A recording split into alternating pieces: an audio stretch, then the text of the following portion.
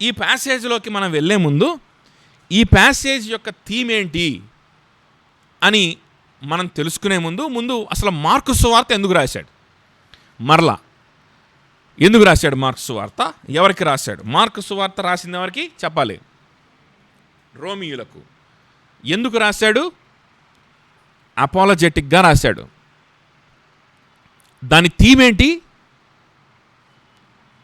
Sun of God came down as a servant of God, came down as a servant of God and appealing servanthood from his people కదా అని మాట్లాడుకున్నాం మనం కదా. So Son of God came down as a servant of God and appeals servanthood from his people. ఎందుకు అనంటే మనుష్య కుమారుడు సేవించుటకే కానీ సేవించబడుటకు కాదు కానీ సేవ చేయుటకే వచ్చాను అనేటువంటి మాట కూడా ఈ మార్క్స్ సువార్తలోనే ఉంటుంది. అది కీ వర్స్ అనమాట ఈ మార్క్స్ సువార్త యొక్క థీమ్కి. సో దేవునికి దాసులై ఉండాలి, దేవునికి మాత్రమే దాసులై ఉండాలి.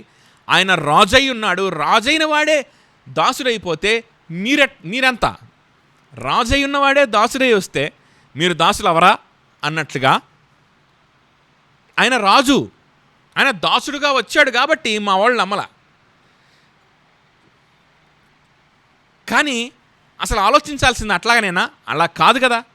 ఆలోచించాల్సింది అలాగా, రాజైన వాడే దాసుడుగా వస్తే నేనెంత దాసుడిని అవ్వాలని ఆలోచించాలి. మా వాడు అలా ఆలోచించలేదు, మీరన్నా ఆలోచించండి అని రోమిలతో అపాలజెటిక్గా మార్కు మాట్లాడుతున్న మాటలు. Okay, so this is our theme. So ఈ మార్కు సువార్తలో మనం ఏ అంశాన్ని చూసినా, ఏ ప్యాసేజ్ని చూసినా ఈ సెంట్రల్ ఐడియా తప్పిపోకూడదు, ఈ సెంట్రల్ థీమ్ తప్పిపోకుండా మనం ఇంటర్ప్రిట్ చేసుకోవాలి, లేకపోతే అది మిస్ఇంటర్ప్రిటేషనే అవుతుంది. ఓకే, సో ఒక థీమ్లో వస్తున్నాం ఫస్ట్ నుంచి కూడా, ఆ థీమ్లోనే మనం ఉండాలి. అది మార్కు సువార్త యొక్క థీమ్ అది. ఓకే, సో ఈ ప్యాసేజ్ అసలు దీని యొక్క ఉద్దేశం ఏంటి, దీని యొక్క మీనింగ్ ఏంటి అని మనం మాట్లాడుకోబోయే ముందు ఈ ప్యాసేజ్ యొక్క ఉద్దేశము ఏది కాదు అని మనం మాట్లాడుకుందాం. So let us first think what is not the theme of this passage, what is not what this passage conveys అనేది మనం మాట్లాడుకుందాం.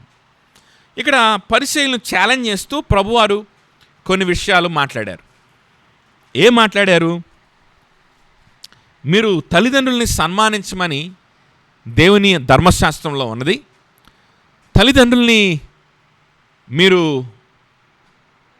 దూషించకూడదు అని ఉన్నది. అవును, గౌరవించాలి. దూషించకూడదు అని ఉన్నప్పుడు అక్కడ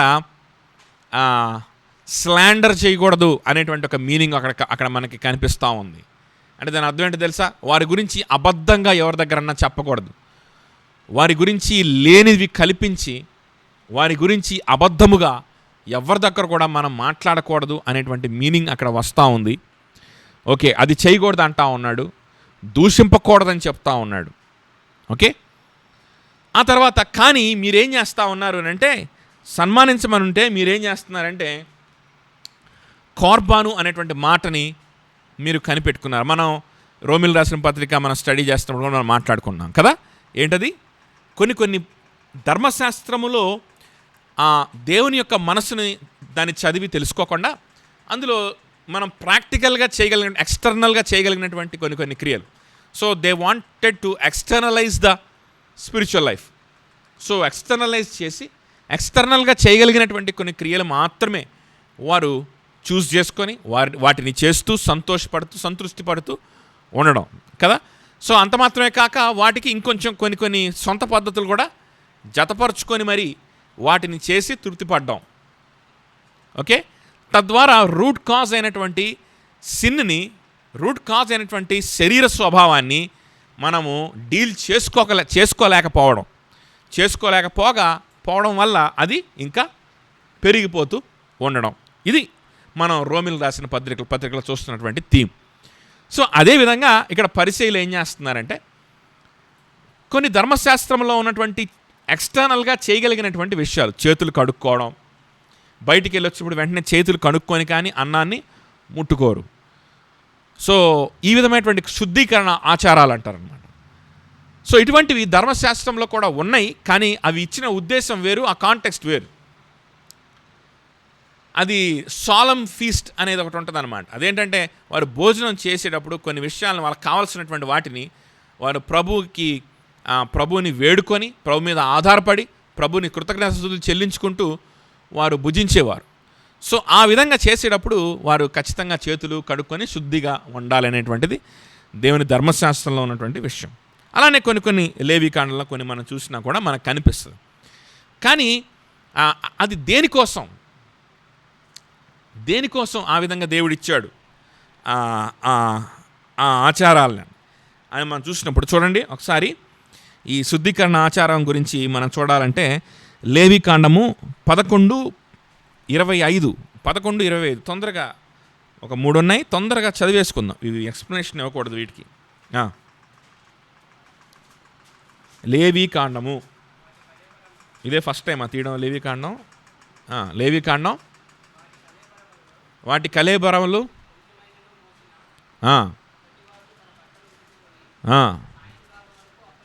సాయంకాలం వరకు అప్పితుడు అవుతాడు కదా. సో అంటే చనిపోయినటువంటి జంతు కళేబరాలు, శవాలు తాకినప్పుడు చేయవలసినటువంటి పద్ధతి. ఆ తర్వాత లేవీకాండం 15:2 దేహమందు స్రావం ఓకే, అంటే రక్తస్రావం అన్నమాట. ఓకే, దానివలన అపవిత్ర అవుతారు. తర్వాత సో ఈ విధమైన అపవిత్రతలు ఉన్నాయి, ఈ విధమైనటువంటి కొన్ని ఉన్నాయి. అలాంటి అపవిత్రతలు సోకినప్పుడు శుద్ధీకరణ అనేటువంటిది, వాషింగ్ అనేటువంటిది సెరమోనియల్ వాషింగ్స్ అంటారన్నమాట. సో ఇవి వాళ్ళు చేయాల్సిన అవసరము ఉన్నది. సో అయితే దేవుడు ఈ వాషింగ్స్ని ఇవ్వడానికి వెనకాల ఉన్నటువంటి ఆ ఉద్దేశం వేరు.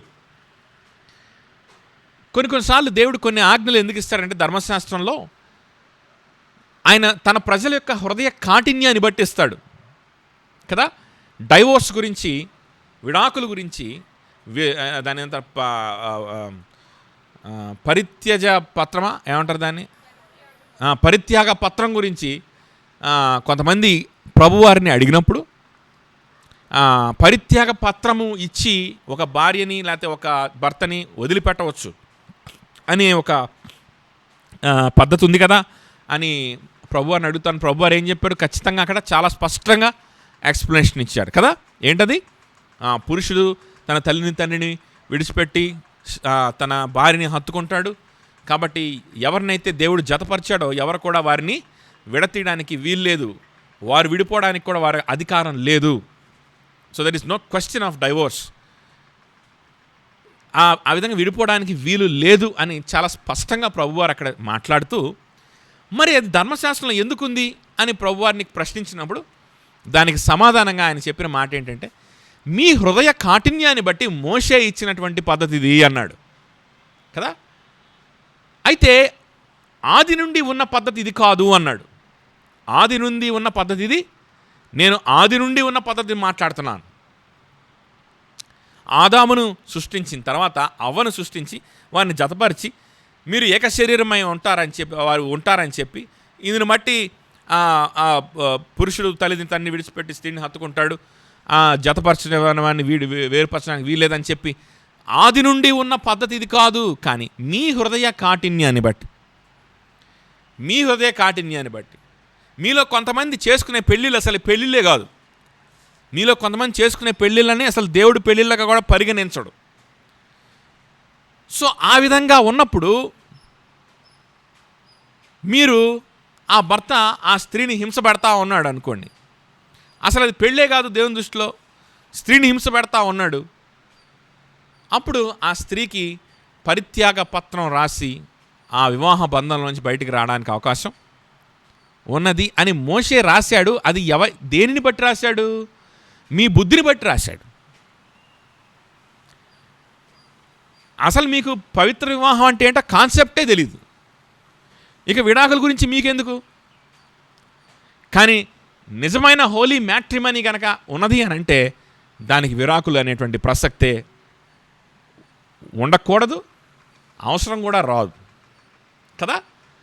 సో ఇద్దరు దేవుణ్ణి రక్తంలో కడగబడినటువంటి, దేవుని బిడలుగా ఉన్నటువంటి, దేవుని నూతన నిబంధనలో నిలబడతా ఉన్నటువంటి దేవుని బిడ్డలు, దేవుని ప్రజలు జతపరచబడతా ఉన్నప్పుడు వారికి అటువంటి అవసరం కూడా ఒక్కొక్కసారి రాదు. ఒకవేళ సాతాను అలాంటి ఆలోచనలు తీసుకొచ్చినా వారు ఆ విధంగా చేయడానికి వీల్లేదు. కానీ వారు సమాధానపడి, దేవునితో సమాధానపడి, దేవుని ఎదుట వారు చేసుకున్న ప్రమాదాలని, దేవుని ఎదుట వాళ్ళు చేసుకున్నటువంటి నిబంధనని జ్ఞాపకం చేసుకొని వారు దేవునితో అలానే భార్యతో భర్తతో సమాధాన పడాల్సిందే. సమాధాన పడడానికి కూడా దేవుడు అవకాశము, కృపను, ప్రేమను కుమరిస్తాడు. అది కాన్సెప్ట్. సో ఆది నుండి ఉన్న పద్ధతి ఇది. ఆది నుండి ఉన్న పద్ధతి ఇది కదా. సర్పం చెప్పిన మాట విన్న స్త్రీని ఆదాము వదిలేశాడా? సర్పం అంటే ఏంటి? ఇంకా అది హయ్యెస్ట్ కదా, highest evil. So highest bad ఫ్రెండ్షిప్స్లో పీక్స్ అన్నమాట అది. సో అలాంటి ఫ్రెండ్షిప్ చేసిన అవ్వని ఆదాము విడిచిపెట్టలేదు కదా. సో ఆది నుండి ఉన్న పద్ధతి అది కాదు. మీ హృదయ కాఠిన్యాన్ని బట్టి ఇవ్వబడినటువంటి ఆజ్ఞది. అలానే కొన్ని దేవుడు ఆజ్ఞలు వారి హృదయ కాఠిన్యాన్ని బట్టి ఇస్తాడు. సో ఆది నుండి దేవుడు ఇచ్చింది ఏంటయ్యానంటే, ఆది నుండి దేవుడు మనిషికి జ్ఞానాన్ని ఇచ్చాడు లేదా? ఇచ్చాడు. ఆయన మనిషిని దేవుడు ఏం చేశాడు? జీవాత్మ చేశాడు, జీవించే ప్రాణిగా చేశాడు, జీవాత్మ చేశాడు. ఈ జీవాత్మ అనేటువంటి ఆ మాటలోనే మేధస్సునిచ్చాడు, ఆలోచన శక్తినిచ్చాడు. ఈ ఆలోచన శక్తి ఉన్నటువంటి మనిషి నేను బయటికి వెళ్ళి మురికిలో చేయి పెట్టి మళ్ళా అన్నం తినేటప్పుడు దాన్ని కడుక్కొని తినాలి, ఎక్కడెక్కడో పెట్టిన చేతులు నోట్లో పెట్టుకోకూడదు అని ఇంగిత జ్ఞానం ఆ మనిషికి ఉండదా? దేవుడిచ్చిన జ్ఞానాన్ని బట్టి, దేవుడిచ్చినటువంటి మేధస్సుని బట్టి ఖచ్చితంగా ఉంటుంది. అంటే మైక్రోబ్స్ గురించి లేకపోతే మైక్రో ఆర్గానిజమ్స్ గురించి మనిషికి తెలియకపోవచ్చు, కానీ మురికి చేతులతో భోజనం చేస్తే రోగాలు వస్తాయని మాత్రం మనిషికి తెలుసు. సో ఒకసారి కాకపోయినా రెండోసారి చేతులు కడుక్కోకుండా వచ్చి అన్నం తిన్నప్పుడు అనారోగ్య పాలు అయ్యాడు అనుకో, మూడోసారి ఆటోమేటిక్గా చేతులు కడుక్కుంటాడు. ఆ విధమైన బుద్ధిని కూడా ఉపయోగించినటువంటి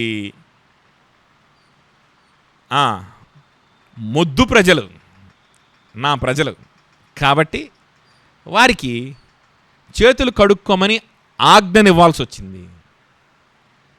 అవుతుందా? వారి హృదయ కాఠిన్యాన్ని బట్టి ఇచ్చినటువంటి ఆజ్ఞలు ఇవి. అంటే వారి వీక్నెస్సెస్ని బట్టి వారి హృదయం స్పందించదు.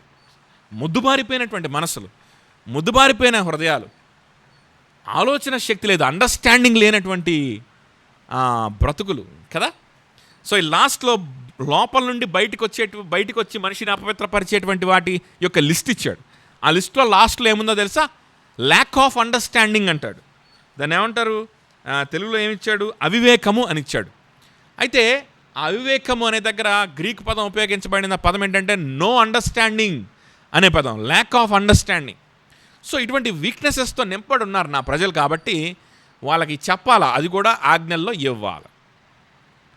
కానీ అది ఇచ్చినటువంటి ఉద్దేశం ఏంటయ్యా అని అంటే, ఒకటి హైజీన్ కావచ్చు, అఫ్కోర్స్ హైజీన్, రోగాలు రాకుండా ఇచ్చినటువంటి హైజీన్ అన్నమాట కదా.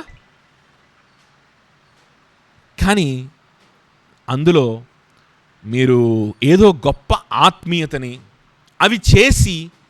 ఇవి చేస్తే చాలా ఇది గొప్ప సంగతి, నేను గొప్ప వాక్యాన్ని పాటిస్తున్నాన్ని అని ఫీల్ అవుతున్నారే, ఆ ఫీలింగు మీ దురాశలో నుంచి వచ్చింది అని వివరించడానికి ప్రభువారు ప్రయత్నిస్తున్నారు. ఇక్కడ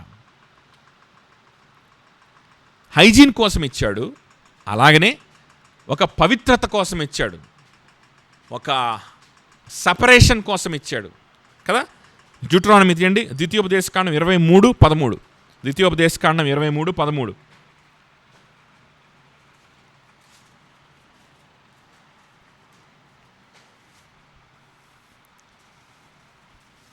మరియు మీ ఆయుధములు గాక ఆ, ఆ, ఆ, ఉమ్, ఆ. నీ దేవుడైన యెహోవా నిన్ను విడిపించుటకును ఆ, నీ పాలెములో సంచరించుచుండును కనుక ఆ, ఆ, ఆ, నీ పాలెము పరిశుభ్రంగా ఉండాలి. నీ పాలెమును ఈ మల విసర్జన లాంటివి చేయకూడదు, బయటికి వెళ్ళి చెయ్యాలి, దానిని కప్పివేయాలి. నీ పాలెము పరిశుభ్రంగా ఉండాలి. ఎందుకంట నీ దేవుడైన యెహోవా నీ పాలెములో నిన్ను శత్రువులు విడిపించుటకు నీ సంచరిస్తూ ఉంటాడు. ఆయనకు ఇటువంటి అపవిత్రమైన అశుభ్రత కనపడకూడదు అన్నట్లుగా మాట్లాడుతున్నాడు. కానీ ఒకసారి ఆలోచన చేయండి.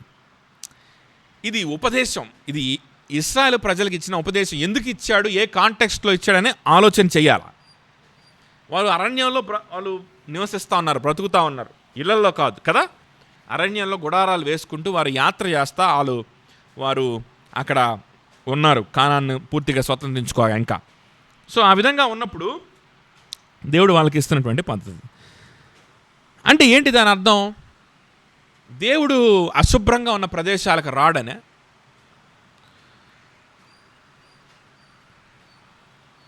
దేవుడు అశుభ్రంగా ఉన్న ప్రదేశాలకు రాడా?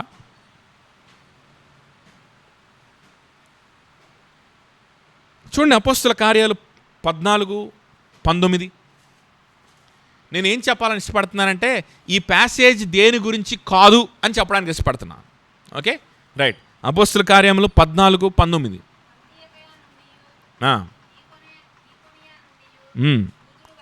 యూదులు వచ్చి పౌలు మీద రాళ్ళు రువ్వి అతను చనిపోయాడు అనుకొని పట్టణము వెలుపలకి అతను ఈడ్చిరి. అయితే శిష్యులు లేచి పట్టణంలో ప్రవేశించి మరునాడు బర్నబాతో కూడా దెర్బేకి బయలుదేరాను. చూడండి, పౌలుని కొట్టి రక్తపు మడుగులో మురికిలో శవాలను ఎక్కడ పడేస్తారు? బహుశా ఇంకా కొన్ని శవాలు కుళ్ళిపోతూ ఉంటే ఆ శవాల మధ్యలో తీసుకెళ్ళి పడేస్తారు, లేకపోతే సమాధుల తోటలో పడేస్తారు, లేకపోతే కాలువలోనో, లేకపోతే ఏ అశుభ్రము అయిన అన్నీ కూడా వేసే డంపింగ్ యార్డ్లో తీసుకెళ్ళి డంప్ చేస్తారు కదా శవాన్ని. పౌలుని కొట్టి ఈడ్చుకెళ్ళి డంప్ చేశారన్న. ఆ పరిస్థితిలో ఉన్నటువంటి పౌలుని దేవుని దర్శించలేదా? సహోదరుల్ని పంపించలేదా? అక్కడి నుండి లేచి మరలా పౌలు చేసినటువంటి పరిచర్యని దేవుడు వాడుకోలేదా? వాడుకున్నాడా లేదా? మత్తయి సువార్త 8:3 చూడండి. అందుకు ఆయన చేయి చాపి వారిని ముట్టి, నాకు ఇష్టమే, నీవు పరిశుద్ధుడు కమ్ము అని ఎవరిని? ఒక లెప్రసీ పేషెంట్ని, అంటే కుష్టు వ్యాధిగ్రస్తుడిని కంపు కొడుతూ, చీము కారుతూ, ఈగల వాలుతూ, భయంకరమైన వాసన వచ్చేటువంటి ఆ లెప్రసీ ఉన్నటువంటి ఆ పేషెంట్ని ఈయన ఏం చేస్తూ ఉన్నాడంట? ప్రభువారు ముడతా ఉన్నాడు. స్వస్థపరచడా? దేవుడు కార్యం చేయడా? దేవుడు శత్రువుల నుంచి విడిపించడా? మరేంటి? నీ శత్రువుల నుంచి విడిపించే నీ దేవుడైన యెహోవా నీ పాలెములో ప్రవేశించి తిరుగుతూ ఉన్నప్పుడు ఆయన అశుభ్రంగా ఉండకూడదని, అశుభ్రపరచుకోమని ఎందుకు చెప్తా ఉన్నాడు అక్కడ? గమనించాలి, జాగ్రత్తగా ఆలోచన చేయాలి. అక్కడ మాట ఎందుకు చెప్తా ఉన్నాడు అంటే, నీ పాలెము ఉంది, లేకపోతే మీరున్నటువంటి ఏరియా ఉంది, ఆ ఏరియాలోకి ఎవరన్నా ఒక గెస్ట్ వస్తూ ఉన్నాడు అనుకోండి. ఆ గెస్ట్ వస్తూ ఉన్నప్పుడు అక్కడ కంపు కొడతా అశుభ్రమైనటువంటివి అక్కడ నువ్వు అలా స్కాటర్ చేసి నువ్వు ఉంచుతావా? ఉంచవు. ఆయన వచ్చేటప్పుడు నువ్వేం చేస్తావు? శుభ్రం చేస్తావు. ఎందుకంటే శుభ్రం చేసుకునే టైం ఉంది, శుభ్రం చేసుకునేటువంటి పరికరాలు ఉన్నాయి, శుభ్రం చేసుకునే బుద్ధి ఉంది. అవన్నీ ఉన్నప్పుడు నువ్వేం చేయాలి అక్కడ? ఖచ్చితంగా శుభ్రం చేసుకోవాలి. ఆ శుభ్రం చేయడము ఆ విజిటర్కి మనం ఇచ్చేటువంటి గౌరవం కదా, ఆ అతిథికి మనం ఇచ్చేటువంటి ఆతిథ్యం, గౌరవం. మురికిగా ఉన్నటువంటి ప్రదేశంలోకి ఇన్వైట్ చేస్తే అది గౌరవించినట్లు కాదు. కాబట్టి ఒక అతిథికి నువ్వు బాగా గౌరవం చేస్తావు. ఆల్రెడీగా వీళ్ళు చేసేటువంటి పనిది. ఈ అతిథికి బాగా గౌరవం చేస్తారు, ఆతిథ్య మర్యాదలు చేస్తారు. ఐగుప్తులో మంచి మేనర్సే నేర్చుకొని వచ్చారు. ఐగుప్తీయులు చాలా మేనర్డ్గా ఉంటారు, చాలా civilized, most civilized race on the face of the planet on those days is Egypt. Most civilized. వాళ్ళ దగ్గర మంచి బుద్ధులు, మంచి మేనర్స్ నేర్చుకొని వచ్చే ఉంటారు. సో నువ్వు చేస్తావుగా. ఇంకో వ్యక్తి ఎవడన్నా వస్తే, ఇప్పుడు వచ్చేవాళ్ళు ఎవరు లేరు, వస్తే దేవుడు వస్తాడు. కాబట్టి దేవుడిది ఏముందిలే, ఎట్లాగున్నా వస్తాడు. దేవుని కోసం మనం ప్రత్యేకంగా ఏం కష్టపడాల్సిన అవసరం లేదు. దేవుని కోసం ప్రత్యేకంగా మనం ఏం చేయాల్సిన అవసరంలా, నమ్మితే చాలు. దేవుని కోసం ఏం చేయాల్సిన అవసరంలా, నాకు అది కావాలి ఇది కావాలని అడిగితే చాలు. ఇంకా ప్రత్యేకంగా నేనేమి చేయాల్సిన అవసరం లేదు అనేటువంటి దౌర్భాగ్యమైన హృదయంతో, కఠినమైన హృదయంతో, అటువంటి హృదయ కాఠిన్యముతో ఉన్నటువంటి ఇశ్రాయేలు ప్రజలకి దేవుడిచ్చినటువంటి ఆజ్ఞలు. ఇంకోటి ఏంటో తెలుసా? ఆ రోజుల్లో ఆ అరణ్యంలో వారి చుట్టుపక్కల ఉన్నటువంటి మిశ్రజనం, ఇతర దేశస్థులు, ఇతర ప్రాంతీయులు, వారి దేవతల్ని దేవుళ్ళని పూజించుకునేవారు. ఆ దేవతలను దేవుళ్ళని పూజించుకునేటప్పుడు చాలా క్లీన్గా వారు పెట్టేవాళ్ళు. ఆ ఆవరణాలు కానీ అవన్నీ కూడా వారు చాలా మేనర్డ్గా అవన్నీ ఆ పూజలు పునస్కారాలు చేస్తూ ఉండేవారు. వీళ్ళు కూడా వెళ్ళి ఒకప్పుడప్పుడు చెయ్యేస్తుండేవాళ్ళు. ఎవరు? మనోళ్ళు. సరే, అది కూడా పనిచేస్తుందేమో, ఆ దేవత పవర్ కూడా పనిచేస్తుందేమో అని చెప్పి నేను ఆన్ చేస్తాను. నేను కూర్చో. సో వారు ఏంటంటే వీళ్ళు కూడా వెళ్ళి ఒక ట్రైల్ వేద్దాం అని చెప్పి వీళ్ళు కూడా చేస్తూ ఉండేవాళ్ళు. వీళ్ళు అన్య దేవతల దగ్గరికి వెళ్ళినప్పుడు ఎలాగుండాలి? చెప్పులు ఇప్పేయాలి, మొహం కడిగేసుకోవాలి, చేతులు కడిగేసుకోవాలి, అప్పుడు వెళ్ళి పూజ చేయాలి. అప్పటికే స్టార్ట్ అయింది అన్ని దేవత ఆరాధన మన వాళ్ళల్లోనే. మిశ్రజనం ఉన్నారు, వాళ్ళల్లో మిక్స్డ్ పీపుల్ ఉన్నారు. చాటుగా వెళ్ళి వాళ్ళ దేవతల దగ్గరికి వెళ్ళి చూసి రావడం, వాళ్ళ దేవతలు ఎలా పూజిస్తున్నారో అబ్జర్వ్ చేయడం, వీళ్ళు కూడా వెళ్ళి చెయ్యేసి రావడం, ఇట్లాంటివి జరుగుతున్నాయి. సో అక్కడికి వెళ్ళేటప్పుడేమో అరే మా దేవుడి దగ్గరకు వస్తున్నా, చెప్పులు ఇప్పురా అంటాడు. ఆడు నువ్వు ఇప్పేస్తావు. నీ పాలెములో ఏమో నీకంటూ ఒక టెంపుల్ లేదు. ఎందుకంటే మనుషులతో నిర్మింపబడిన వాటిలో నీ దేవుడు ఉండడు. నీ దేవుడు ఎవరు? సృష్టికర్త. నీ దేవుడు సర్వశక్తివంతుడు. నువ్వు నిర్మించిన టెంట్లో నీ దేవుడు ఎట్లా ఉంటాడో ఉండడు. నీ దేవుడు నీ పాలెమంతా తిరుగుతుంటాడు, నీ దేశమంతా సంచరిస్తూ ఉంటాడు, నీ కుటుంబంలో సంచరిస్తూ ఉంటాడు. వాడి దేవుడు అంటే వాడు దేవుడు అనుకుంటున్నటువంటిది అది ఏదైనా కావచ్చు, ఒక చిన్న ఏరియాలో ఉంటాడు. ఆ ఏరియాని వాడు అంత పవిత్రంగా పెట్టుకుంటాడు. ఆ దేవునికి గౌరవిస్తూ ఉంటాడు. నీ దేవుని నువ్వు గౌరవించవా? ఒకవేళ ఈ ఆజ్ఞ కనుక చెప్పలేదనుకో మనోళ్ళు ఏం చేస్తారు తెలుసా? అరే మన దేవుడి కంటే వాళ్ళ దేవుడు పవర్ఫుల్ ఏమో అనుకుంటారు. అందుకని వీరి హృదయ కాఠిన్యాన్ని బట్టి మీ పాలెల్ని, మీరు ఆరాధించే స్థలాల్ని, మీరు ప్రభుకి స్తుతులర్పించి భోజనం చేసేటువంటి ఆ భోజన పదార్థాలని మీరు శుభ్రంగా సెరమోనియల్గా మీరు చెయ్యాలి అని ఆజ్ఞలు ఇవ్వడం జరిగింది. అది హృదయ కాఠిన్యాన్ని బట్టి ఇచ్చిన ఆజ్ఞే తప్ప అది చేస్తే మనకేదో మనం పవిత్రులమైపోతాం, అది చేస్తే మనం ఏదో భక్తులమైపోతామని కాదు. మనం ఎప్పుడు పవిత్రపరచబడతాం? అది చేస్తే నీ ఫుడ్ని నువ్వు సపరేట్ చేస్తున్నావు దేవుని కోసం, మంచిదే. అలా చేస్తే నువ్వు ఉన్న పాలాన్ని నువ్వు దేవుని కోసం సపరేట్ చేస్తున్నావు, మంచిదే. But what about your heart? నీ హృదయ పరిస్థితి ఏంటి? నీ మనసు పరిస్థితి ఏంటి? నీ అవయవాల పరిస్థితి ఏంటి? నీ కన్నుల పరిస్థితి ఏంటి? నీ మాటల పరిస్థితి ఏంటి? దేవునికి వాటిని నువ్వు సపరేట్ చేసావా? నీ ప్లాన్స్ పరిస్థితి ఏంటి? దేవుని కోసం వాటిని సపరేట్ చేసావా? ప్రతిష్టపరిచావా?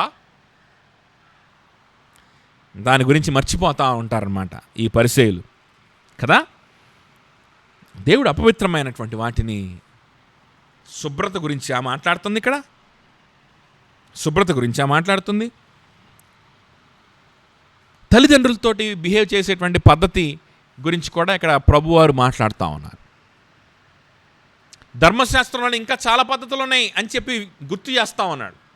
మీరు ఒకటి చేస్తూ ఉన్నారు కానీ ఇంకొక దాన్ని మీరు మర్చిపోతున్నారు. అది చేసినా మీరేం భక్తులు అవరు, అర్థమవుతుందా? అవి చేసినా కూడా మీరేం భక్తులు అవరు. కానీ అసలు మీరు అది మర్చిపోయారుగా. ఏంటది? మీ తల్లిదండ్రులను పోషించడం. మీరు పోషించబడుద్దని మీరు చక్కగా సన్మానం చేసి, సన్మానము అంటే అబ్బో సన్మానం అంటే సన్మానం అనుకుంటారు మనవాళ్ళు. పరిచయాలు కూడా అట్లాగే అనుకునేవాళ్ళు. అనుకొని ఇద్దరిని కూర్చోబెట్టి ఇద్దరికి దండలేసి అమ్మా నాన్న అని సన్మానం చేసి షాల్వాలు కప్పి కుర్బాన్ అనేవాళ్ళు అనమాట. అంటే దాని అర్థం ఏంటి? నాకు భార్య వచ్చింది, నాకు పిల్లలు ఉన్నారు, ఇక మీదట నీకు ఏదైనా తిండి కూడా నేను పెట్టలేను, కాబట్టి నీకు ఏమైనా తిండి కావాలంటే అది దైవార్పణం. సో నీకు ఇవ్వాలనుకున్నది నేను దేవునికి ఇచ్చేసినట్టే, కాబట్టి ఇక నా గురించి నువ్వేం ఆశించొద్దు, నీ జీవితం నువ్వు వెళ్ళిపో, ఏ వృద్ధాశ్రమానికో వెళ్ళు, లేకపోతే ఏదో ఒకటి చేసుకో అని చెప్పి వారిని బయటికి తరిమి వేస్తారు. ఇది పరిచర్యలు చేసేటువంటి పని. ఓకే. సో కుటుంబంలో పురుషులుగా, కుమారులుగా ఉన్నటువంటి వ్యక్తి వారి యొక్క బాధ్యత ఏంటి అంటే వారి తల్లిదండ్రుల్ని పోషించడం. ఓకే. తల్లిదండ్రులు కోరిన ప్రతి కోరిక తీర్చడం కాదు, తల్లిదండ్రుల్ని పోషించడం. సో ఆ పోషించడం కూడా వీడు బయటికి చెప్పుకోవడానికేమో అబ్బో మా మా మా తల్లిదండ్రులు నేను కారులో తిప్పానండి, మా తల్లిదండ్రులకి ఈ కోరిక నిన్న తీర్చానండి అని చెప్తాడు. రేపొద్దున కొంచెం ఇరుకు ఇబ్బంది కలిగిందనుకో, భార్య తరిమేమనిందనుకో, అప్పుడు ఏం చేస్తాడంటే మంచిగా అలానే కారులో తీసుకొని వచ్చి ఒక ఆడిటోరియంలో కూర్చోబెట్టి సింహాసనం వేసి ఏమంటాడు? కుర్బాన్ ఎకెళ్ళిపో అంటాడు అన్నమాట. సో బయటికి చేసే సన్మానం గురించి కాదు దేవుడు మాట్లాడుతుంది ఇక్కడ. ఒకవేళ మీరు ఆ విధంగా ఆ విధంగా మీరు తల్లిదండ్రుల్ని పోషించిన అదే దైవభక్తి అని కూడా మీరు అనుకోవడానికి వీల్లేదు. అది కూడా మీ హృదయ కాఠిన్యాన్ని బట్టి ఇచ్చినటువంటి ఆజ్ఞే. అదే దైవభక్తి అని మీరు అనుకోవడానికి వీలు లేదు. ఒక వ్యక్తికి న్యాచురల్గా ఉండాల్సినటువంటి ఎఫెక్షన్స్ తల్లిదండ్రుల పట్ల, తల్లిదండ్రులకి పిల్లల పట్ల ఉండాల్సిన ఎఫెక్షన్ అది. అందులో పెద్ద భక్తి ఏమీ లేదు, వారిని పోషించడం అనేటువంటిది. సో దాని గురించి కూడా ప్రభు మాట్లాడలా. So that is also not the theme of this passage. So ceremonial laws అవి అవసరం లేదు అని కానీ అవసరము అని కానీ ఇక్కడ థీమ్ కాదు. తల్లిదండ్రుల్ని సన్మానించాలి, వారి ప్రతి కోరిక తీర్చాలి, లేకపోతే వారికి డెడికేటెడ్ అయి ఉండాలి, వారి కోసమే బ్రతకాలి అనేటువంటిది కూడా ఇక్కడ థీము కాదు. That is also not what Jesus is telling here and that is also not what mark wants to convey. ఎందుకంటే మార్క్ సువార్త 1వ అధ్యాయంలో 16 నుంచి 34 వచనంలో మనం చూసినప్పుడు మనకు అర్థమవుతుంది. అక్కడ తన శిష్యుల్ని ఎన్నుకునేటప్పుడు జబదయి కుమారులు వారు చేసినటువంటి పని మనం గమనించాం కదా. సో వారి దోణెను, వారికి ఉన్న వలలను, వారికి ఉన్న చేపలను వారి తండ్రి అయిన జబదయిని విడిచిపెట్టి క్రీస్తుని వెంబడించారు. అలానే లూకా సువార్త చూడండి, లూకా సువార్త 9వ అధ్యాయము, లూకా సువార్త 9వ అధ్యాయము 57 నుంచి చూడండి. 57 నుంచి వారు మార్గమును వెలుచుండగా ఒకడొచ్చి నీవెక్కడికి వెళ్ళినను నీ వెంట వస్తానన్నాడు. నక్కలకు బొరెలు ఉన్నాయి,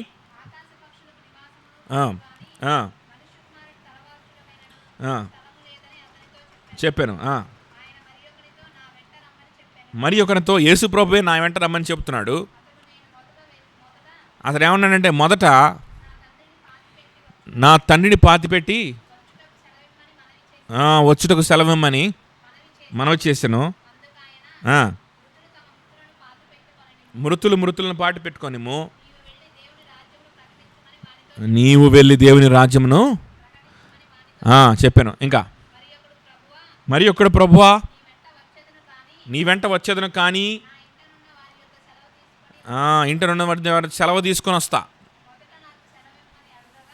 మొదట నాకు సెలవు తీసుకొని వస్తానంటే దాని అర్థం ఏంటంటే, నా బాధ్యతలన్నీ నేను నిర్వర్తించుకొని నేను తర్వాత వాళ్ళు వెళ్ళమన్నప్పుడు వస్తాను. యేసు ఏమన్నాడంటే, నాగటి మీద చేయి పెట్టి వెనక తట్టు చూచువాడెవడు కూడా దేవుని రాజ్యానికి పాత్రుడు కాదని. అబ్బా, ఏందో ఈరోజు మంచి ఒక మోరల్ నేర్చుకుందామని వస్తే ఈ విధంగా ఉంది బైబిల్లో. ఏం చేద్దాం మరి, బైబిల్ని తీసి అవతల పడేద్దామా? సరే, మత్తయి సువార్త 10:34 నుంచి 39.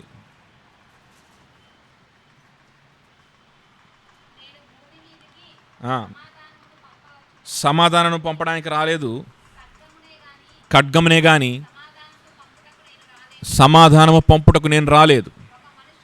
ఒక మనుషునికి, వారి తండ్రికిని, కుమార్తెకును, ఆమె తల్లికిని, కోడలికిని, ఆమె అత్తకును విరోధము పెట్ట వచ్చి తిని.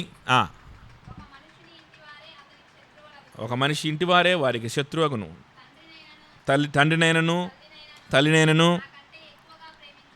నాకంటే ఎక్కువగా ప్రేమించేవాడు నాకు పాత్రుడు. So is Jesus contradicting himself? Yesu ప్రభువారు ఆయనే కాంట్రడిక్ట్ చేసుకుంటున్నాడా? విరుద్ధంగా మాట్లాడుతున్నాడా? తన మాట్లాడే మాటలకి ఆయన విరుద్ధంగా మాట్లాడుతున్నాడా? సమస్య లేదు. ఈ మార్కు ఇప్పుడు మన యొక్క ప్యాసేజ్లో ఉన్నటువంటి ఆ ప్యాసేజ్ యొక్క అర్థము ఇది కాదు అని మనం గ్రహిస్తూ ఉన్నాం. అయితే ఏంటి దేవుని యొక్క ఉద్దేశం ఏంటి? దేవుని యొక్క ఈ మార్కు యొక్క ఆయన చెప్పాలనుకుంటున్నటువంటి ఆలోచన ఏంటి అని మనం ఆలోచిస్తే, మనం ఇందాక చదువుకున్నటువంటి ప్రవచన భాగంలో మనకు ఒక మంచి మాట అక్కడ దొరుకుతుంది. మనం మాట్లాడుకున్నాం కదా, యెషయా 65:5 వచనం. యెషయా 65లో 5 వచనం చూడండి. ఏంటది? వారు మా దాపునకు రావద్దు, ఎడమగా ఉండండి, మీకంటే మేము పరిశుద్ధులమని చెప్పుదురు కదా. ఈ మధ్యకాలంలో ఎక్కువ వినిపిస్తుంది కదా ఈ మాట, ఎక్కువ వినిపిస్తుంది ఈ మాట. చాలామంది చెప్తా ఉన్నారు, అంటరానితనం చాలా మంచిది మన వేదాల్లో, మన పురాణాల్లోది అని చెప్పి తిక్కలుగా మాట్లాడుతున్నారు కొంతమంది. భయంకరమైనటువంటి మాటలు అవి. దానికంటే భయంకరులు ఎవరో తెలుసా? ఇప్పుడు ఆశ్చర్యపోతారు మీరు. ఒకడెవడో అంటరానితనం మంచిది, ఇండియాలో ఇదివరకు ఉండేది, అలాగున్నప్పుడు అంటువ్యాధులే వచ్చాయి కాదు అని చెప్పి అన్నాడని ఆడి మీద విరుచుకుపడి వాడు, నిజమే, అది దానంత భయంకరమైనటువంటి కల్చరు, దానంత భయంకరమైనటువంటి మాటలు ఎక్కడా ఉండవు. అది ఎంత నీచమైన మాటో అందరికంటే విశ్వాసికి బాగా అర్థమవుతుంది. ఒక విశ్వాసికి బాగా అర్థమవుతుంది కదా. ఎందుకంటే దేవుని స్వరూపంలో ప్రతి మనిషి చేయబడ్డాడనేటువంటి మాటని మనం నమ్మేటువంటి మనకి ఆ మాట ఇంకా నీచంగా కనిపిస్తుంది. కానీ వీరికంటే నీచులు ఎవరో తెలుసా? వీరికంటే భయంకరులు ఎవరో తెలుసా? వీరికంటే భయంకరులు. మీరు మా దాపునకు రావద్దు, మేము పవిత్రులము, మేము శుభ్రంగా ఉన్నాం, మీరు శుభ్రత లేదు, మీరు మా దగ్గరికి రావద్దు అంటేనే అది నీచంగా అనిపించితే, మేము పవిత్రులమి, మేము భక్తులమి, వాక్యానుసారంగా ఉన్నాం, మా దగ్గరికి మీరు రావద్దంటే ఇంకా ఎంత అసహ్యమైన పరిస్థితి అది. అది ఎంత అసహ్యమైన పరిస్థితో దేవుడే అక్కడ చెప్తాడు. నా నాసికా రంధ్రంలో పొగ వంటి వారు అంటున్నాడు కదా. ఏమంటున్నాడు? మీరు నా నాసిక రంధ్రముల్లో పొగవలెను, దినమంతయు మండుచుండు అగ్నివలే ఉన్నారు. చూసారా? అట్లాంటి వాళ్ళ గురించి ఏంటంటేనే దేవుడి లంగ్స్లో ఏం కలుగుతుందంట? దేవుని యొక్క ఊపిరితిత్తులు మండిపోతున్నాయంట. చూడండి, ఒక వ్యక్తి, ఒక మనిషి లేదా ఒక వ్యక్తి నాసిక రంధ్రములో నుంచి అగ్ని వస్తుంది. అగ్ని చూడండి, ఎంత కోపం రగిలి నాసిక రంధ్రాల నుంచి ఏమొస్తుందంట? ఊపిరి రాట్లా, గాలి రాట్లా, ఏమొస్తుంది? పొగ వస్తుందంట. పొగ అంటే ఆవిరి. అక్కడ హీబ్రూ పదంలో వాడబడినటువంటి పదం ఏంటంటే ఆవిరి, వేడి, రేడియేషన్ వస్తుంది. అంత కోపం.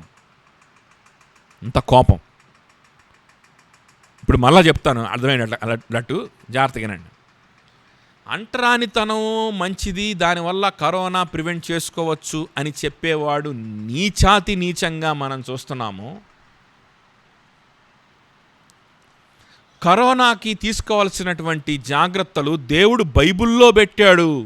బైబిల్లో లాక్డౌన్ ఉంది. నోవా లాక్డౌన్లో ఉన్నాడు, యోనా లాక్డౌన్లో ఉన్నాడు, పౌలు కూడా లాక్డౌన్లో ఉన్నాడంట. బైబిల్లో మొత్తం లాక్డౌన్ గురించే రాయబడి ఉందంట. అని చెప్పి మేము సంఘానికి వెళ్ళాం, మేము జూమ్లోనే ఆరాధన చేస్తాం. ఇది భక్తి. ఈ రోజుల్లో ఈ భక్తే ఉండాలి, ఈ భక్తే కరెక్టు. మేము భక్తిపరులం, క్రైస్తవులుగా ఇది మన బాధ్యత. ఏంటి? సంఘముగా కూడుకోకుండా ఉండడం. క్రైస్తవులుగా ఇది మన బాధ్యత అని కొంతమంది క్రిస్టియన్స్ వీడియోలు పెడుతున్నారు, చూశారు? ఇక వాటిని చూస్తేనంట మనకు సంతోషమే కానీ దేవుని ముక్కులో నుంచి ఏమొస్తుందంట? అగ్ని. అర్థమవుతుందా? మేము పవిత్రులమండి, మేము చాలా పవిత్రులము. అంటే ఫర్ ఎగ్జాంపుల్ చెప్తున్నా, కరోనా గురించి, బైబిల్లో లాక్డౌన్ గురించి ఫర్ ఎగ్జాంపుల్ చెప్తాను. ఫర్ ఎగ్జాంపుల్ ప్రపంచమంతా చెప్తుంది న్యూ నార్మల్ అని. But according to Bible this is not a new normal condition. This corona virus is not a new normal condition. It is an old evil condition. It is an old abnormal condition. It is not new normal, old abnormal. ఆల్రెడీగా జరిగింది. ఆల్రెడీగా సంఘము కూడా ఇదే పరిస్థితి వచ్చింది. వారు వీధుల్లోకి రాలేని పరిస్థితి వచ్చింది, బహిరంగంగా కలవలేని పరిస్థితి వచ్చింది. రోగాల వల్ల, పాండమిక్స్ వల్ల, అట్ ద సేమ్ టైం ప్రభుత్వాల వల్ల, రెండు విధాలుగా. సెకండ్ సెంచురీలో పాండమిక్ కూడా వచ్చింది, దానివల్ల కూడా క్రైస్తవ సంఘం ఇబ్బంది పడింది. కానీ సంఘము కూడుకోవడం ఎక్కడా కూడా ఆగిపోయినట్లు మనం చరిత్రలో చూడం. కూడుకోవడం ఆపలా. ఎందుకో తెలుసా? ఆపాల్సిన అవసరం లేదు. ఎందుకంటే మొదటి శతాబ్దంలో, రెండో శతాబ్దంలో సంఘాలన్నీ ఇలానే ఉండేవి. 15 మంది, 20 మంది, మహా అయితే 50 మంది. అలా ఆపాల్సిన అవసరం ఏముంది? దూరంగా కూర్చుంటే అయిపోద్ది. ఇప్పుడులాగా 1000 మంది, 2000 మంది సంఘాలు లేవు.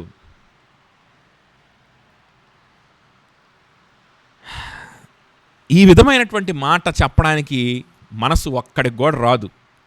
ఒక్కడు క్రైస్తవుడు ఈ మాట చెప్పి ఏదైనా వీడియోస్ తయారు చేశాడా? బాబు, మీ సంఘంలో 200 మంది ఉన్నారా? ఓ పని చేయండి, మీరు 10 గ్రూప్స్ అయిపోండి, 20 మందిగా మారిపోండి, ఒక్కొక్క గ్రూప్కి ఎల్డర్ని నియమించుకోండి, ఆయా ప్రదేశాల్లో మీరు కూడుకోవడం ఆపొద్దు, మీరు ట్రైన్ అవ్వండి. ఒకవేళ ట్రైనింగ్ కాకపోతే మేము ట్రైనింగ్ ఇస్తాం, మీరు వెళ్ళి స్మాల్ గ్రూప్స్ని మీరు నడిపించుకోండి, స్థానిక సంఘాలుగా మారండి. Abandon your halls, abandon your auditoriums, abandon your big churches, AC halls, scatter in small numbers and lead your flock అని చెప్పే దమ్ము, ధైర్యము, మనసు ఎవరికి లేదు. అలాగెలా చెప్తారు? అలా చెప్తే మళ్ళీ కష్టం కదా, పాస్టర్లు ఫీల్ అయిపోతారు. అసలు కూడుకోకుండా జూమ్లో అయినా కూడుకుంటాం, కానీ చిన్న సంఘాలుగా మాత్రం విశ్వాసుల్ని ఎక్కడికి వెళ్ళనిచ్చే ప్రసక్తే లేదు కదా. ఎవడన్నా చెప్పాడా ఈ మాట చెప్పరు కానీ ఇది మన బాధ్యత. క్రైస్తవులుగా మనం కూడుకోకూడదు, క్రైస్తవులుగా మనం జాగ్రత్తగా ఉండాలి. చూసారా, వాక్యంలో కూడా ఉంది లాక్డౌను అని వీడియోలు పెడుతున్నారు. ఇటువంటి వారిని చూస్తేనంట దేవుని నాసిక రంధ్రాల్లో అగ్ని రగులుతూ ఉంటుందంట. కోపం, పళ్ళు కొరుకుతూ ఉంటాడు దేవుడు, కట కట కట. వీళ్ళు ఏమనుకుంటారంటే మేము భలే భక్తి చేస్తున్నాం అనుకుంటున్నారు వీళ్ళు. అది తెలియదు, వాళ్ళకి కూడా తెలియదు, అర్థం కాదు. అంటే సూచనలు తెలుస్తాయి, దేవుని సన్నిధిని అనుభవించడం అలా చేత కాదు, మనస్ఫూర్తిగా ఆరాధన ఉండదు, ఏముండదు అన్నమాట. పాటలు పాడుకొని మనస్ఫూర్తిగా ఆరాధిస్తావా రోజు అని అంటే, పాటలు పాడుకోవాల్సిన అవసరం ఏంటి బ్రదర్, నేను బైబిల్ చదువుతూనే ఉంటాను రోజు, అదే నాకు ఆరాధన అంటాడు. అఫ్కోర్స్ ఆరాధనే అది. బైబిల్ చదువుతూ ఉంటే అది ఆరాధన అయినప్పుడు పాట రాదా నోట్లో నుంచి? స్తుతులు రావా? స్తోత్రాలు రావా?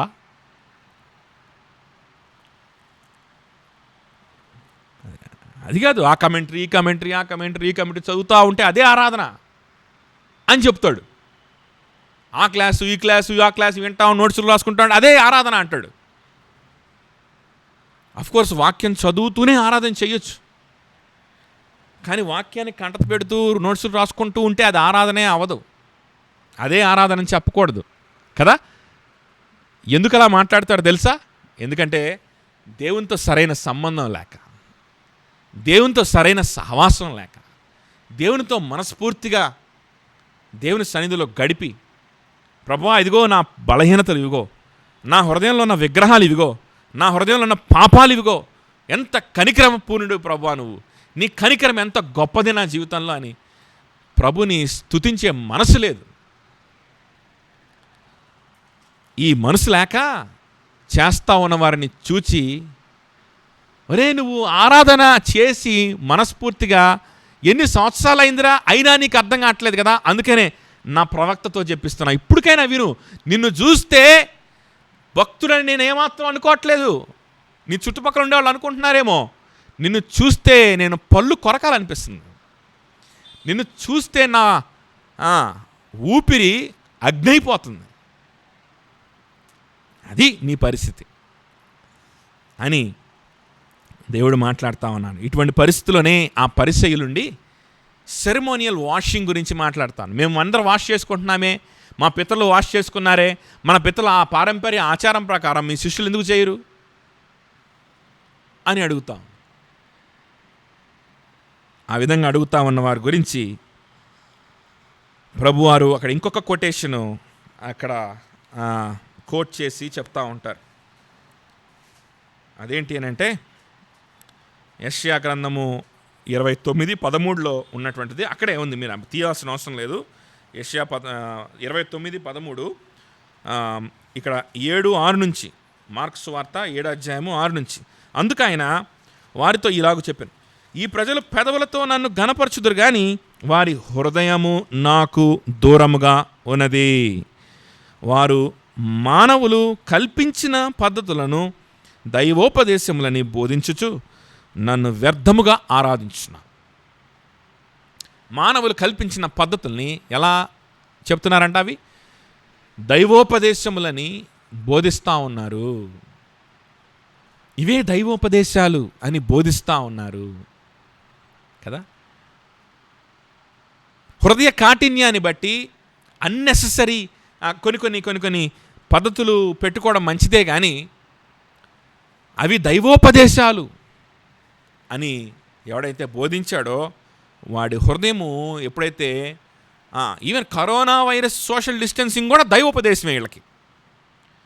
తినేటప్పుడు చేతులు కడుక్కోవాలనేది కూడా ఏంటది వాళ్ళకి దైవోపదేశం. తల్లిదండ్రుల్ని తిట్టకూడదు, తల్లిదండ్రులకి భోజనం పెట్టాలి అనేటువంటిది కూడా వాళ్ళకేంటది పెద్ద దైవోపదేశం. దైవోపదేశాలు ఇదే పరిచర్య, ఇదే ఆత్మీయ జీవితం. ఇంకెంతకంటే ఏముంది?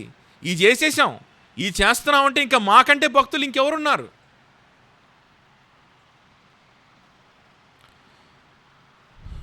ఇవి దైవోపదేశాలు. ఈ వాషింగ్తో పాటు ఇంకోటి కూడా చేస్తున్నారు. రోయ్ మీరు ఏం చేస్తున్నారు? తల్లిదండ్రుల దగ్గర అతి వినయాలు పోతున్నారు. సమాజం దగ్గర మా తల్లిదండ్రులు భలే మేము గౌరవిస్తున్నాం అని చెప్పి భలే షో చేస్తున్నారు కదూ. చేస్తున్నాం. నువ్వు చేసింది ఏంట్రా? నీ తల్లిదండ్రులు కూర్చోబెట్టి ఏమన్నావు? కార్బాన్ అన్నావా? ఇంట్లో తరిమేసావా? అంటే సమాజంలో నువ్వు పేరు సంపాదించుకోవడానికి, అబ్బోయిడు తల్లిదండ్రులను భలే చూసుకుంటున్నాడు రా అని చెప్పి నీకు ఘనత రావడానికి నీ తల్లిదండ్రులు నువ్వు పావులుగా వాడుకున్నావు ఇప్పుడు దాకా.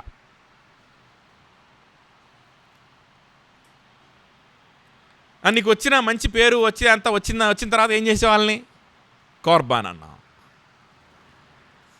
నీ పెదవులతో నన్ను సేవిస్తున్నావు, కానీ నీ హృదయం నాకు ఎంతగానో దూరంగా ఉన్నది అని మీ గురించే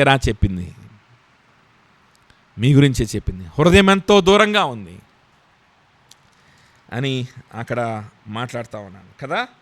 కాబట్టి దేవుని ఆజ్ఞ ఏంటి? దేవుని ఆజ్ఞలు హృదయానికి సంబంధించింది. అక్కడ మాట్లాడుతున్నారు 8వ వచనం, మీరు దేవుని ఆజ్ఞను పెడచెవిన పెట్టి మనుష్యుల పారంపర్య ఆచారంలో గైకొనుచున్నారు. దేవుని ఆజ్ఞలు హృదయానికి సంబంధించినవి.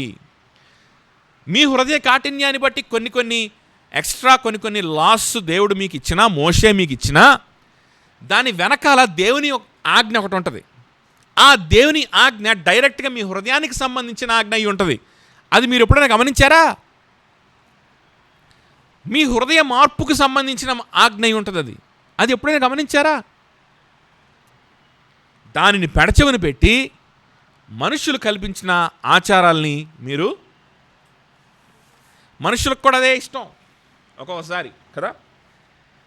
మాకు హృదయంలో మా పిల్లలు, కొంతమంది తల్లిదండ్రులు ఏమనుకుంటుంటారంటే మా పిల్లలు దేవునిలో ఉన్నారా, వాళ్ళు దేవునికి సేవ చేస్తున్నారా, వాళ్ళ హృదయం మారుతుందా, వాళ్ళ హృదయంలో పరిశుద్ధపరచబడుతున్నారా, మా పట్ల ఇంకా వాళ్ళు ప్రేమలోకే వెళ్తున్నారా, ఇవన్నీ వాళ్ళ లోపల జరిగే గురించి నాకెందుకండి బాబు. పక్కింటి వాళ్ళ పిల్లలు చక్కగా సెటిల్ అయ్యారు, వాళ్ళ తల్లిదండ్రులకి సంపాదించి పెడుతున్నారు, మా పిల్లలు కూడా పెట్టాలి. ఆడు పెడతాడు ఆఖరికి ఒకరోజు ఏమంటాడు? చెయ్యెత్తి కార్బాన్ అంటాడు. అప్పుడు బిత్తరపోతారనమాట. అరే మా అబ్బాయి భలే సెటిల్ అయ్యాడండి అమెరికాలో, మా అబ్బాయి భలే ఉద్యోగం చేస్తాడండి, మా అమ్మాయి భలే సెటిల్ అయిందని అని చెప్పుకుని ఆఖరికి సడన్గా చూస్తే ఆడు కనపడ్డు. ఎక్కడున్నాడు రా అని ఎదిగితే అనాథాశ్రమంలో, వృద్ధాశ్రమంలో ఉంటాడు. ఎందుకు? వారి బిడ్డల యొక్క రక్షణ గురించి పట్టింపు లేదు. వారి బిడ్డల రక్షింపబడలా, వారి బిడ్డల హృదయంలో ఎటువంటి కార్యాలు కూడా జరగల. పైకి షో చేశారు, ఆ షోని వీళ్ళు ఆస్వాదించారు. ఆఖరికి జరిగింది ఏంటంటే డిజాస్టర్ అన్నమాట కదా. కాబట్టి ఈ థీమ్ని దేవుడు, హృదయము బాబు, దేవుడికి కావాల్సిన మీ హృదయం రా. మీ పెదవులతో మీరు దేవునికి చాలా దగ్గరగా ఉన్నారు, కీర్తిస్తున్నారు. ఈ హృదయాలు ఎంతగానో దేవునికి దూరంగా ఉన్నాయి. This is the theme of our passage. నీ హృదయం కావాలి దేవునికి, నీ హృదయం కావాలి దేవునికి. నీ హృదయానికి దేవునికి దూరం అయిపోతే, నీ తల్లిదండ్రులని ఎంత సన్మానిస్తున్నట్టు నువ్వు షో చేస్తే మాత్రం ఏం ఉపయోగం? నీ హృదయం దేవునికి దూరం అయిపోయిన తర్వాత నువ్వు ఎంత శుద్ధీకరణ ఆచారాలు చేస్తే మాత్రం ఏం ఉపయోగం? నీ హృదయానికి దేవుడికి దూరం అయిపోయిన తర్వాత నువ్వు ఎంత లాక్డౌన్ పాటిస్తే మాత్రం ఏం ఉపయోగం? కరోనాతో కాకపోతే వృద్ధాప్యం వచ్చి చస్తావు, కరోనా కాకపోతే క్యాన్సర్ వచ్చి చస్తావు, దేవునికి హృదయాన్ని దూరం అయిపోయి నీ ప్రభువుని నువ్వు ఎదుర్కొనే ధైర్యం లేకుండా నువ్వు చస్తే ఏం ఉపయోగం? నువ్వు అనుకున్నవే భక్తి అనుకుంటూ చేస్తే ఏం ఉపయోగం? అప్పుడు ప్రభువారు ఆ సీన్ అక్కడ అయిపోయింది. నేను అన్నీ మళ్ళీ ఒక్కొక్క వర్స్ నేను నేను రిపీట్ చేసి ఎక్స్ప్లెయిన్ చేయట్లేదు. దాంట్లో ఇంక్లూడ్ అయిపోయి ఉంటాయి. మనం ముందు చదువుకున్నాం కాబట్టి తర్వాత మీకు చదివినా కూడా మీకు అర్థమైపోదు. చూడండి 14వ వచనం. అప్పుడు ఆయన జన సమూహమును మరలా తన యొద్దకు పిలిచాడు. పిలిచి ఏం చెప్పాడంటే, మీరందరూ నా మాట విని గ్రహించండి. వెలుపల నుండి లోపలికి వెళ్ళేది మనిషిని అపవిత్రముగా చెయ్యదు, కానీ లోపల నుండి బయలు వెళ్ళినవే మనిషిని అపవిత్రం చేస్తాయి అని ఒక ఉపమానంలాగా చెప్పాడు. ఆ ఉపమానం మన వాళ్ళకి అర్థం కాల, శిష్యులకి అర్థం కాలేదు. అర్థం కాకపోవడం అనేది తప్పేం కాదు. అర్థం కాకపోతే దాన్ని వాళ్ళల్లో వాళ్ళు డిస్కస్ చేసుకొని దానికి పెడార్థాలు తీసుకొని ఇష్టం వచ్చినట్టు ఇంటర్ప్రిట్ చేయడం తప్పు. అర్థం కాకపోతే తప్పు లేదు, నాకు ఇష్టం వచ్చినట్టుగా నేను అర్థం చేసుకోవడం తప్పు. కానీ శిష్యులు అలా చేయలే. ప్రభు దగ్గరికి వెళ్ళారు, ప్రభా మాకు అర్థం కాలేదు. ప్రభు అన్నాడు, మీకు ఇంకా అర్థం కాలేదా? ఇది పెద్ద ఆత్మీయ విషయం ఏం కాదురా బాబు. ఆ పరిచయం ఇదే పెద్ద పెద్ద ఆత్మీయ విషయాలు అనుకుంటున్నారు. ఏది? చేతులు కడుక్కోవడం, లాక్డౌన్ పాటించడం, తల్లిదండ్రులు అన్నం పెట్టడం, పెద్ద ఆత్మీయ విషయాలు. ఈ ఆత్మీయ విషయాలు కూడా కాదురా. మీకు ఇంకా అర్థం కాలేదా? ఏమైంది? మీ బుద్ధి ఏమైంది? కామన్ సెన్స్ ఉంటే చాలు.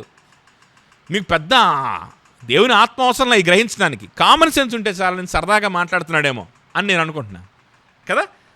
మీరు ఇంకా గ్రహింపకున్నారా కదా. 18 ఆయన వారితో ఎట్లా, మీరు ఇంకా అవివేకులై ఉన్నారు. అవివేకం చూసారా? ఆత్మ లేని వారై ఉన్నారా, ఆత్మ పూర్ణులై లేరా అనలా. ఏమన్నాడు అక్కడ? అవివేకం సింపుల్గా. ఆ తర్వాత అక్కడ ఎక్స్ప్లెయిన్ చేస్తూ ఉన్నాడు. లోపల నుంచి బయటికి వెళ్ళేవి అవి హృదయంలోకి వెళ్ళవు. ఎక్కడికి వెళ్తాయి? కడుపులోకి వెళ్తాయి, తర్వాత బయటికి వెళ్ళిపోతాయి. కానీ లోపల నుండి బయటకు వచ్చేవే మనిషిని అపవిత్రపరుస్తాయి. అవేంటి? 21 లోపల నుండి అనగా అని అక్కడ స్టార్ట్ చేస్తూ ఉన్నాడు. ఏంటంట? ఫస్ట్ది మనుషుల హృదయంలో నుండి దురాలోచనలను అన్నాడు కదా.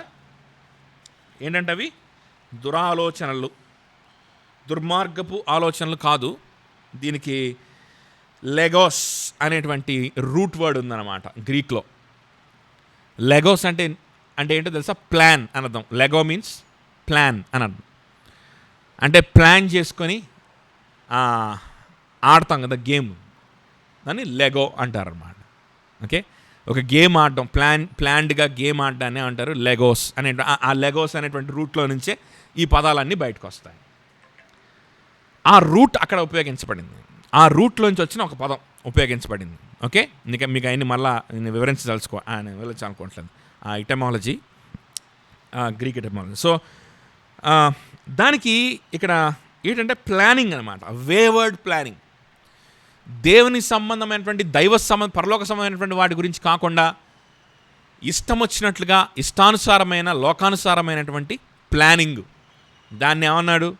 దురాలోచనలు అన్నారు. సింపుల్గా లెగోస్ అనేటువంటి రూట్ వర్డ్లో నుంచి వచ్చిన ఒక పదాన్ని అక్కడ యూజ్ చేసేసాడు. అదేదో కుట్ర చేయడం, ఒకటి మర్డర్ చేయడానికి ప్లాన్ చేయడం ఇవి కాదు. నీ సొంత ప్లాన్స్ అన్నమాట, దేవునికి సంబంధం లేకుండా నీకున్న కొన్ని ప్లాన్స్. ఇవి ఎక్కడి నుంచి వస్తాయి? లోపల నుంచి వస్తాయి. అవి ఏం చేస్తాయి? అపవిత్రపరుస్తాయి. దేవునికి సంబంధం లేకుండా, దేవునికి రాజ్యానికి కానీ, దేవుని సువార్తకు కానీ, యేసు క్రీస్తు నామానికి కానీ సంబంధం లేకుండా మన లోపల నుండి వచ్చే ప్రతి ప్లాను అది దుర్మార్గంగా మనకు కనిపించకపోవచ్చు, అది దుర్మార్గమైందే. చూడండి, దురాలోచనలు, ఇంకా జారత్వము కదా. దీన్ని సెక్షువల్ ఇమ్మొరాలిటీ అన్నాడు ఇంగ్లీష్లో. దీనికి గ్రీక్లో ఉపయోగించబడిన పదం ఏంటంటే పోర్నాయ్ అనేటువంటి పదం ఉపయోగించాడు. దీంట్లో నుంచే ఇంగ్లీష్లో పోర్న్ ఆర్ పోర్నోగ్రఫీ అనేటువంటి పదాలు వస్తాయన్నమాట.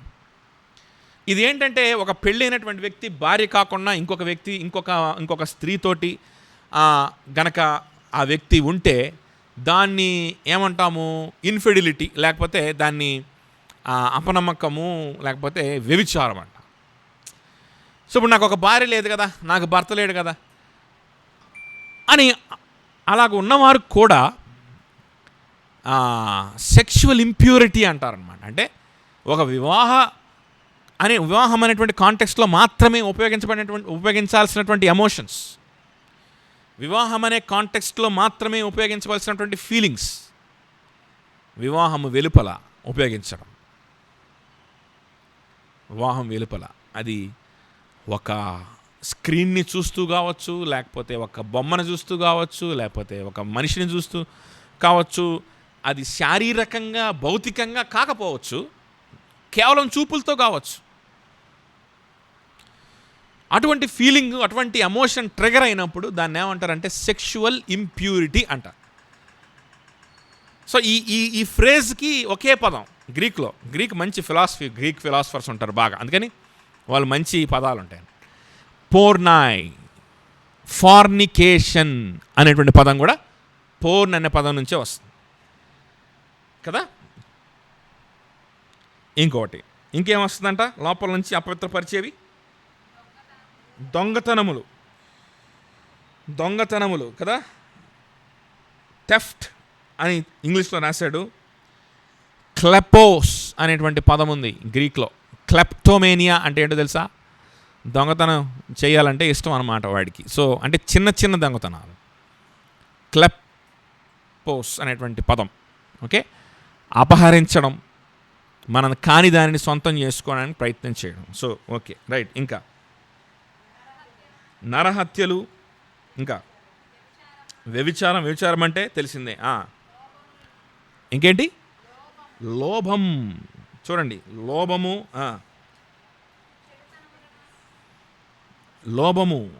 చెడుతనము,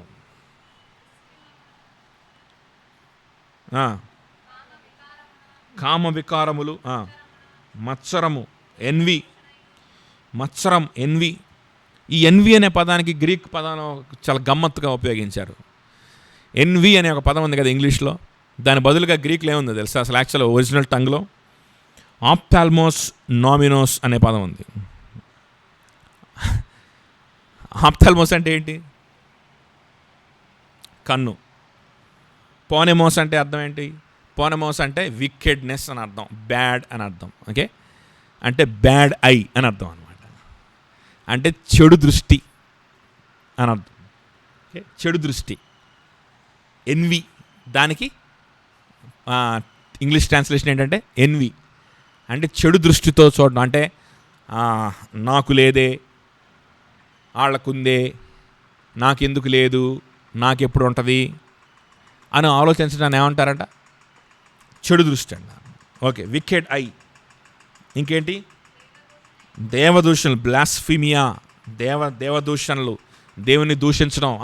ఏం ఉపయోగంలే, ఏముందిలే అనడం. ఇదేంటి? ఇవన్నీ కూడా దేవదూషణలు. అహంభావం, ప్రైడ్. ఈ ప్రైడ్కి ఉపయోగించబడిన పదం ఏంటో తెలుసా? హైపర్ ఎఫానియా అనే పదాన్ని ఉపయోగించారు. ఫైనోస్ అంటే దాని అర్థం ఏంటంటే to shine, to be seen అని అర్థం. ఏంటది? ఫైనోస్ అంటే to be seen, to shine. నేను షైన్ అవ్వాలి, నేను కనిపించాలి, నేను గుర్తింపు పొందాలి అనుకోవడాన్ని సింపుల్గా ప్రైడ్ అని ఇంగ్లీష్లో ట్రాన్స్లేట్ చేశారు. హైపర్ ఎఫానియా అంటే ఏంటంటే అందరికంటే ఎక్కువగా నేను గుర్తింపబడాలి, కనిపించాలి అనుకోవడం. ఇంకా అవివేకము. లాస్ట్లో మీకు ప్రాప్తించేది ఏందయ్యా అంటే అవివేకం, వితౌట్ అండర్స్టాండింగ్. ఆఫ్రోసైనే అనేటువంటి, ఫ్రోసైన్ అంటే అండర్స్టాండింగ్. ఆఫ్రోసైనే means without understanding. Okay, so ఆ విధమైనటువంటి ఆలోచన లేని పరిస్థితి, ఏం చేస్తున్నామో అర్థం కాని పరిస్థితి, దేవుని పద్ధతులను అర్థం చేసుకోవడానికి ఇష్టం లేని పరిస్థితి, ఏదైనా సరే మన హృదయంలో ఉన్నటువంటి కోరికకు అనుగుణంగానే దానిని మలుచుకొని ఇష్టం వచ్చినట్లుగా ఆలోచించేటువంటి పరిస్థితి, అండర్స్టాండింగ్ లేని పరిస్థితి అన్నమాట కదా. అది ఆఖరిలో ఇవి ఒక మనిషిలో నుండి, హృదయంలో నుంచి బయటకు వచ్చి వాడిని ఏం చేస్తాయి? అపవిత్రపరుస్తాయి. నాకు కూడా గుర్తింపు రావాలి, నేను కూడా భక్తుడిగా కనిపించాలి, నేను కూడా భక్తురాలుగా కనిపించాలి కదా. ఇది కూడా ఏం చేస్తుందంట? హృదయంలో నుంచి బయటకు వచ్చి మనల్ని వేవర్డ్ ప్లానింగ్, వేవర్డ్ ప్లానింగ్, దేవునికి సంబంధం లేకుండా సొంతగా కూర్చొని నేను ఇట్లా అవ్వాలి, అట్లా చేయాలి, ఇట్లా చేద్దాం అనుకుంటా కూర్చున్నావు అనుకో, అదే నిన్ను అపవిత్రపరిచేది అనే విషయం మనం జ్ఞాపకం పెట్టుకోవాలి. ఓకే, ఇవి అపవిత్రపరుస్తాయి మిమ్మల్ని. ఈ విధంగా చూసుకుంటే అపవిత్రపరచబడినోడు ఎవడు? అందరూ అపవిత్రపరచబడినోడే. ఈ విధంగా నేను చెప్పినట్టుగా ఆహారం గురించి ఆలోచిస్తే, ఆహారము అపవిత్రపరిచే ఆహారం ఏముంది? అన్నీ మిమ్మల్ని పవిత్రపరిచేవే, అన్నీ పవిత్రమైనవే. ఎందుకు? హృదయంలోకి ఏది కూడా వెళ్ళదు. కాబట్టి యూదులకు వాళ్ళ హృదయ కాఠిన్యాన్ని బట్టి దేవుడు వారికి కొన్ని ఫుడ్ హ్యాబిట్స్, ఫుడ్ సంబంధించిన లాస్ కూడా ఇచ్చాడు. వారి మంచి కోసం, వారి ఆరోగ్యం కోసం ఇచ్చాడు. వారి హృదయ కాఠిన్యాన్ని బట్టి వారు మితం లేకుండా తింటారు అని ఏ పడితే తినమన్నాం అనుకో, వాళ్ళకి ఇంకా మితం ఉండదన్నమాట. ఒకసారి మాకు మాంసం కావాలో అంటే పక్షులు పంపించాడు. వాళ్ళు తిని వాడు కక్కుని ముక్కులోంచి బయటకు వచ్చేదాకా తిన్నారంట. సో ఆ విధమైన ప్రజలు కాబట్టి వారి హృదయ కాఠిన్యాన్ని బట్టి కొన్ని తినబాకండి బాబు అని చెప్పాడు. సో ఆ చెప్పినప్పుడు వద్దని చెప్పించి చేస్తే అది అపవిత్రత అయింది వాళ్ళకి. అది వద్దని చెప్పించి చేస్తే అపవిత్రత అయింది. కానీ ఆ కాంటెక్స్ట్లో మనం లేనప్పుడు, ఎస్పెషల్లీ మనము ఆ కాంటెక్స్ట్లో, ఆ యూదుల కాంటెక్స్ట్లో మనం లేనప్పుడు, ఎస్పెషల్లీ ప్రభువారు స్వయంగా ఆయనే చెప్తూ ఉన్నప్పుడు, అది మనకి అపవిత్రత ఎలా కూడా, ఏ విధంగా కూడా మనకి అపవిత్రత అవదు. అన్ని ఆహారాలు మనకు పవిత్రమైనవే అనేది అక్కడ వివరిస్తూ మొత్తానికి చెప్పాలనుకుంటున్న విషయం ఏంటంటే, హృదయ కాఠిన్యం, హృదయము దూరమైపోవట, హృదయాన్ని తాకే సంగతి చూసుకో, హృదయంలో నుంచి బయటకు వచ్చే వాటి సంగతి చూసుకో. హృదయం దూరంగా ఉందా, దగ్గరగా ఉందా చూసుకో. నువ్వు దగ్గరగా ఉంటే సరిపోదు, నువ్వు ఏదో పనులు చేస్తూ ఉంటే సరిపోదు, నీ మాటలు దగ్గరగా ఉంటే సరిపోవు. నీ హృదయం ఈ విధంగా హృదయం దగ్గరగా ఉండాలని మన ప్రభు అయిన యేసు ప్రభు వారు ఇష్టపడతా ఉన్నారు. అందుకనే మేము మనమందరం ఇంకనూ పాపులుగా ఉండగానే ఆయన ప్రజల కోసం ఆయన మరణించాడు. పాపుల నిమిత్తం ఆయన ప్రాణం పెట్టాడు. ఆయనకి మీ హృదయం కావాలి. మా వాళ్ళు చేసే ప్రతి ఆచారాలు ఆయనకు అవసరం లేదు. రోమీలారా, ఆయనకి మీ హృదయాన్ని ఇవ్వండి, ఆయనకి మీరు దాసులు అవ్వండి, ఆయనకి దాసత్వంలోకి మీరు రండి. నిత్య జీవము మీకు సొంతమవుతుంది. నిత్య జీవానికి మీరు వారసులు అవుతారు. ఆయన ఇవ్వబోయేటువంటి గొప్ప రాజ్యానికి మీకు సమీపంగా ఉంది. పశ్చాత్తాపడండి. విరిగి నలిగిన హృదయంతో ఆయన యొద్దకు రండి. మీ హృదయాన్ని ఇవ్వండి అని మార్కు చెప్తా ఉన్నాడు. కళ్ళు మూసుకొని ప్రార్థన చేసుకుందాం.